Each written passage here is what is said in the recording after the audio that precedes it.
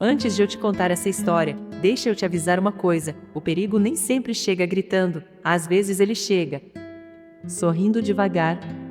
E foi exatamente assim que tudo começou.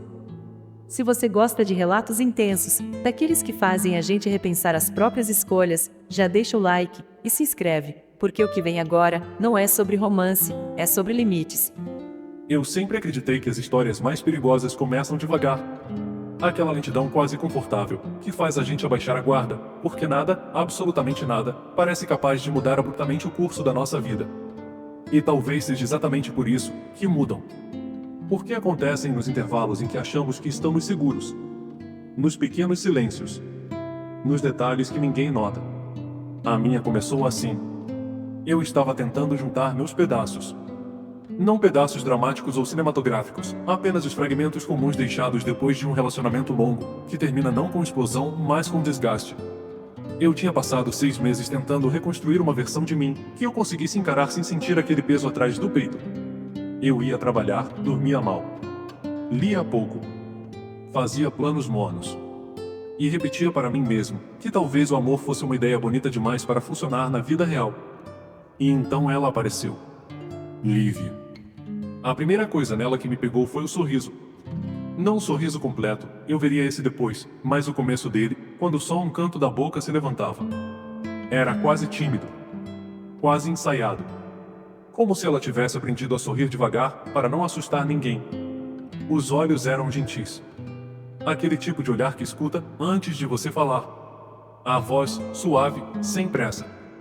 Foram esses pequenos detalhes que fizeram meu corpo, tão acostumado a se defender, querer descansar um pouco. Nós nos conhecemos por acaso. Ou pelo menos, foi isso que eu acreditava na época. Eu estava em um café perto do trabalho, esperando o meu pedido, quando ouvi um baque surdo. Quando olhei para o lado, o telefone dela estava no chão, a tela piscando fracamente.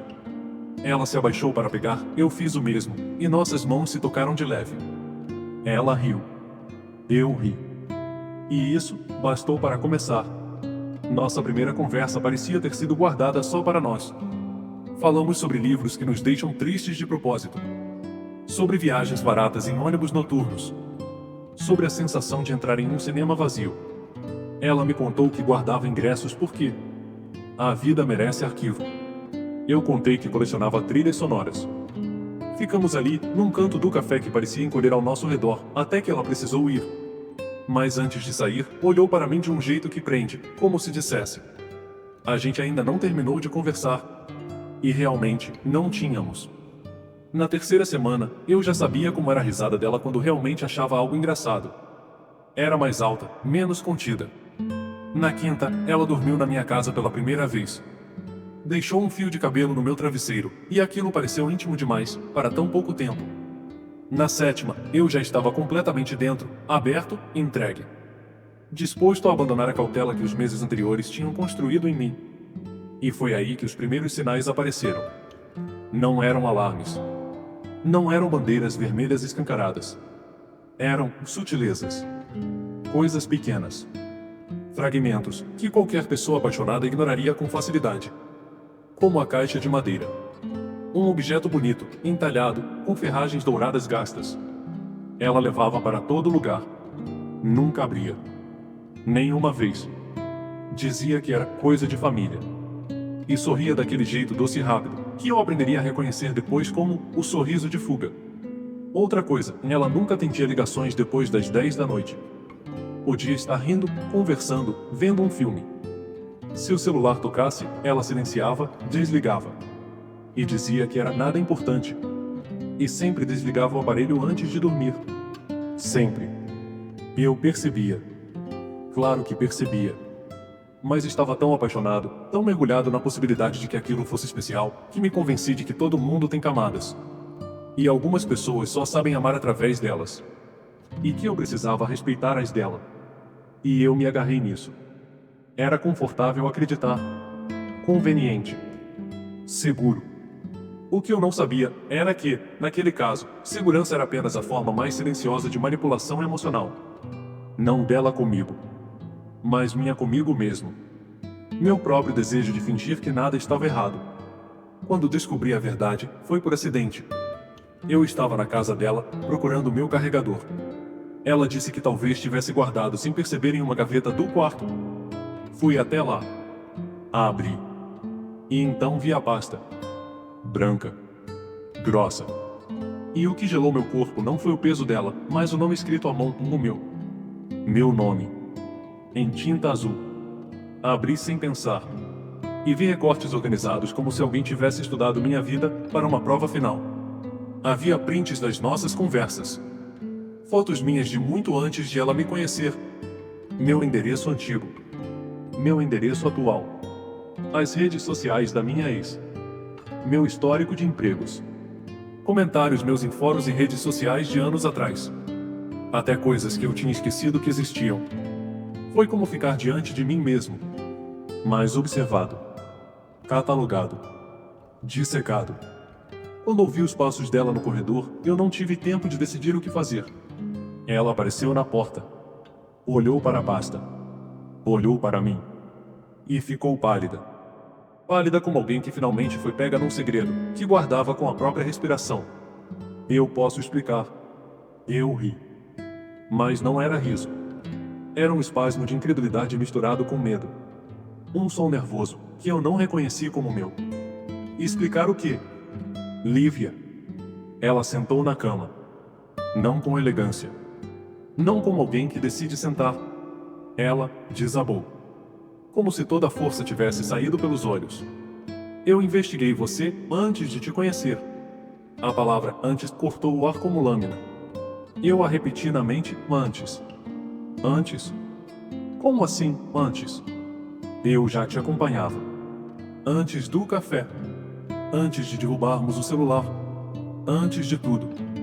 E então, pela primeira vez, percebi algo que eu vinha ignorando havia semanas, e não tinha sido acaso. Não tinha sido coincidência romântica. Não tinha sido destino colocando duas almas quebradas no mesmo café. Tinha sido planejamento. Ela chorou. Chorou como alguém tentando impedir uma represa de romper com as próprias mãos. Disse que tinha traumas. Disse que tinha medo de escolher errado de novo. Que precisava ter certeza de que eu era um homem bom. E eu ouvi. Ouvi porque queria desesperadamente acreditar que aquilo era apenas um erro isolado. Nascido da insegurança. Não da obsessão. Fizemos um pacto. Ela apagou a pasta. Rasgou os papéis. Jurou nunca mais esconder nada. E eu prometi tentar seguir. Mas confiança quebrada nunca volta igual. Volta torta. Fragmentada. Com bordas afiadas. Ainda assim, eu tentei. 2 meses depois, estávamos aparentemente bem. Nossa rotina seguia num tipo de equilíbrio artificial. Não sólido. Mas como caminhar sobre gelo fino, torcendo para não ouvir nenhuma rachadura. E então veio a caixa de madeira. Eu estava no apartamento dela, assistindo algo bobo na TV. Quando ouvi um som abafado vindo de dentro da caixa. Uma vibração metálica. Brinquei em é o fantasma do seu passado pedindo para conversar. Ela congelou. Congelou de verdade. A pele perdeu a cor num instante. O ar na sala mudou, como se algo invisível tivesse entrado ali. Ela abriu a caixa. Dentro havia um celular. Tocando. O nome André brilhava na tela. O famoso ex que ela dizia não valer comentar. Ela atendeu. Na minha frente. A conversa foi estranha. Não soou como pessoas que já se amaram. Não era raiva. Nem saudade. Nem ressentimento. Era quase militar. Monossilábica. Direta. Fria. Depois que desligou, ela sentou no chão, encostou as costas no sofá e disse: "E eu preciso te contar a verdade." A verdade já era visita frequente entre nós. Mas sempre chegava tarde demais. Ela contou que André não era apenas um ex. Eles tinham morado juntos. Terminado mal. Ele tinha dívidas. Ela ainda o ajudava financeiramente. Favores. Coberturas. Situações vagas, que ela nunca explicava completamente. Tudo envolto numa névoa de culpa e dependência emocional. E mais uma vez, ela chorou dizendo que não queria me perder. E mais uma vez, eu aceitei meia verdade. Depois disso, algo na nossa dinâmica começou a ceder. Não de uma vez. mas como rachaduras se espalhando silenciosamente pelo concreto. Ela começou a ter crises de ansiedade. Passava horas olhando para o nada. Se o nome dele aparecia na tela, ela se desfazia por dentro, mesmo tentando esconder. Era como se houvesse um quarto emocional dentro dela, no qual eu nunca entraria. Porque ele ainda estava lá dentro. Sempre esteve. E amar alguém dividido entre duas linhas do tempo é como tentar segurar água nas mãos. Você consegue por alguns segundos. Depois escorre. Depois some. Eu tentei. Mais do que deveria. Mais do que alguém emocionalmente saudável tentaria. Porque quando a gente ama, a gente confunde persistência com esperança. E foi aí que eu me perdi. Aquela sensação de estar namorando um fantasma começou a crescer. Não era uma metáfora exagerada. Era literal na forma como ela se movia pela casa. Havia momentos em que Lívia parecia presente, eu sorrindo e respirando ao meu lado. Em outros, era como se atravessasse cômodos com o corpo e mais deixasse a alma presa em algum lugar ao qual eu não tinha acesso. Ela existia em duas frequências, em dois mundos e em duas versões. E eu ficava preso no meio. Um dia, eu estava sentado no sofá enquanto ela tomava banho. O celular dela, pela primeira vez desde que eu a conhecia, vibrou no sofá. Eu não toquei. Não peguei. Mas a notificação apareceu inteira na tela antes de sumir. Você não pode simplesmente apagar o que viveu comigo. As coisas não funcionam assim. Eu só li isso. Uma frase única. O suficiente. Foi como ver um espelho se estilhaçar no chão. Porque naquele instante, e sem precisar de explicações, eu entendi que tudo entre nós estava construído sobre uma ilusão e a ilusão de que o passado dela era administrável. Não era. Era um animal vivo. Faminto. Que sempre voltava. Quando ela saiu do banho, encontrou-me sentado com os braços apoiados nos joelhos, olhando para o nada de forma tão transparente que não havia como disfarçar. Ela parou na porta, com a toalha pendendo pelas pontas do cabelo, e ela soube. Só de olhar, eu soube. Não é o que você pensa. Mas já era. Porque naquele momento, algo dentro de mim finalmente se alinhou, como peças de um quebra-cabeça que eu tentava montar há meses. E a imagem final era clara, e eu não estava competindo com um ex. Eu estava competindo com a sombra de quem ela tinha sido quando estava com ele. E sombras sempre vencem, porque nunca se movem. As pessoas giram ao redor delas. A conversa que veio depois durou 5 horas. 5 horas inteiras em que o tempo parecia congelado. Perguntei tudo. De forma direta. Sem desvios. Sem medo de quebrar algo, ou porque já estava quebrado. A mesa da cozinha virou campo neutro. Ela sentou diante de mim com os olhos inchados, mas sem fugir ou sem inventar pequenas versões editadas da própria história. Pela primeira vez, ela falou. Disse que nunca superou André. Que ele a manipulava com culpas que só os dois entendiam. Que ela ainda o ajudava financeiramente, porque ele sempre tinha um novo pedido, uma nova história ou uma nova explicação. Disse que se sentia presa ao que viveram. Que não conseguia cortar todas as pontas soltas. Que eu escondia tudo porque morria de medo de eu ir embora. E confessou, com um fio de voz que parecia se desfazer no ar quando eu investiguei a sua vida. Eu só queria ter certeza de que você não seria mais um erro. Eu ouvi. Ouvir é um dos atos mais dolorosos quando você sabe que, ao final, a decisão será sua. E a clareza veio. Não como um golpe, mas como um cansaço profundo. Percebi que o que me prendia ali não era apenas amor. Era a ilusão de que, se eu tentasse só mais um pouco, ela se curaria. E então eu seria recompensado com uma versão dela completamente entregue ao presente. Mas isso nunca aconteceria. Ela ainda morava em uma casa emocional onde as luzes estavam sempre apagadas. Eu só entrava pela porta da frente. Ele ainda tinha as chaves dos fundos. Quando eu finalmente falei, minha voz saiu firme demais para o tanto que eu tremia por dentro, em Lívia. Amor não sobrevive a meias verdades. Ela desabou em lágrimas, de um jeito que eu nunca tinha visto. Não era choro dramático. Não era súplica. Era o choro de alguém que, pela primeira vez, entendeu que as consequências tinham chegado. Mas eu já estava distante, mesmo sentado ao lado dela. Às vezes, o maior adeus é silencioso. Eu terminei. Sem insultos. Sem culpas. Sem jogar nada no rosto dela. Porque amor, quando acaba, não precisa gritar. Só precisa aceitar que não há mais nada a ser carregado.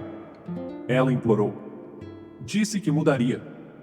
que bloquearia André, que abriria tudo, que faria terapia, que apagaria números, arquivos, passados, memórias. Mas amor, um amor não é cirurgia, não é remendo. Não é um vaso que você cola e finge que nunca quebrou. É algo que se parte ou e continua partido. Peguei minhas coisas. Saí. E pela primeira vez eu senti o ar frio da noite como algo que realmente existia. Era real. Tão real quanto o peso saindo dos meus ombros. Ela mandou mensagens por semanas. Longas. Curtas. Silenciosas. Desesperadas. Depois calmas. Depois estranhamente maduras. E algumas tão simples quanto um por favor. Eu não respondi. Não por orgulho, mas porque entender o limite do amor é um ato de lucidez. E eu sabia, no fundo, que se eu respondesse, eu voltaria ao mesmo lugar, no corredor escuro onde ela continuava emocionalmente presa a um passado que ainda respirava. 2 anos se passaram. E é impressionante como o tempo consegue transformar dor em compreensão. Não em saudade. Não em rancor. Mas em algo mais leve, em que você coloca na prateleira da memória sem doer ao tocar. Às vezes eu ainda penso nela. Não com vontade de voltar. Não com raiva. Mas com respeito silencioso por tudo o que vivemos. Porque a verdade é que algumas pessoas te amam. Mas amam do jeito que conseguem. Não do jeito que você precisa. Lívia era luz e sombra ao mesmo tempo. Doce. Gentil. Atenta. Mas com zonas internas tão escuras que nem ela conseguia medir. E carregava culpas que não eram minhas, nem dela, nem de ninguém. Apenas existiam. E moldavam tudo. Conhecer alguém assim é como visitar uma casa com quartos trancados. Você admira a sala iluminada. Mas sabe que, em algum ponto do corredor, existem portas que nunca se abrem. E tentar viver ali é caminhar com cuidado e com medo de encostar no que não é seu. Um dia, eu percebi que eu amava pelo que ela era comigo e não pelo que ela era quando estava sozinha. E isso, descobri depois, não é amor. É sobrevivência emocional com roupagem poética. Eu segui em frente. De verdade. Fiz terapia. Mudei de emprego. Viajei. Conheci pessoas novas. Recuperei partes minhas que eu tinha abandonado no caos de tentar sustentar uma história que não era minha para consertar. E então, semana passada, eu recebi o e-mail. Sem remetente, claro. Sem assinatura. Sem título elaborado. Apenas uma frase, obrigada por ter sido o único que tentou me amar com verdade. Eu estou bem. Finalmente. Li uma vez. Fechei. E não respondi. Não por frieza. Mas porque entendi que aquela mensagem não era feita para continuar. Era uma ponta solta sendo amarrada. Um eco tardio de algo que já havia terminado muito antes. Algumas histórias não precisam ser reabertas. Apenas lidas. Guardadas. E deixadas onde pertencem e no passado. Com a gratidão silenciosa que só quem sobreviveu a um amor complexo consegue carregar. Hoje, quando penso nela, eu não penso no dossiê, nem nas mentiras, nem nas sombras. Penso no café. No sorriso tímido. No canto da boca levantando devagar. Penso nos primeiros minutos que a vida nos deu. E entendo que, mais vezes, o começo é tudo que vale a pena guardar. Porque o resto foi apenas o caminho necessário para eu aprender que amor não vence tudo. Quem vence são as escolhas. E eu escolhi seguir. Ela escolheu tentar se curar. E, pela primeira vez, eu sinto que finalmente estamos no lugar certo, em cada um seguindo o caminho que deveria ter seguido desde o início, e mesmo que em direções opostas.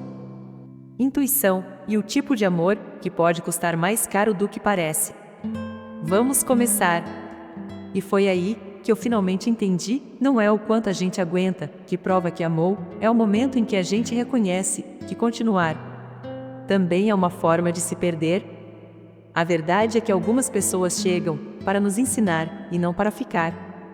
E reconhecer isso, por mais doloroso que seja, é um ato de coragem, não de fraqueza. Se essa história mexeu com você, deixa o like, se inscreve e comenta aqui embaixo. Qual foi o momento em que você percebeu que precisava ir embora de uma relação que já não te cabia? Eu sempre leio tudo. Obrigado por ficar até o fim. A gente se vê na próxima história, e até lá, cuida do seu coração, do jeito que você gostaria que alguém tivesse cuidado do meu.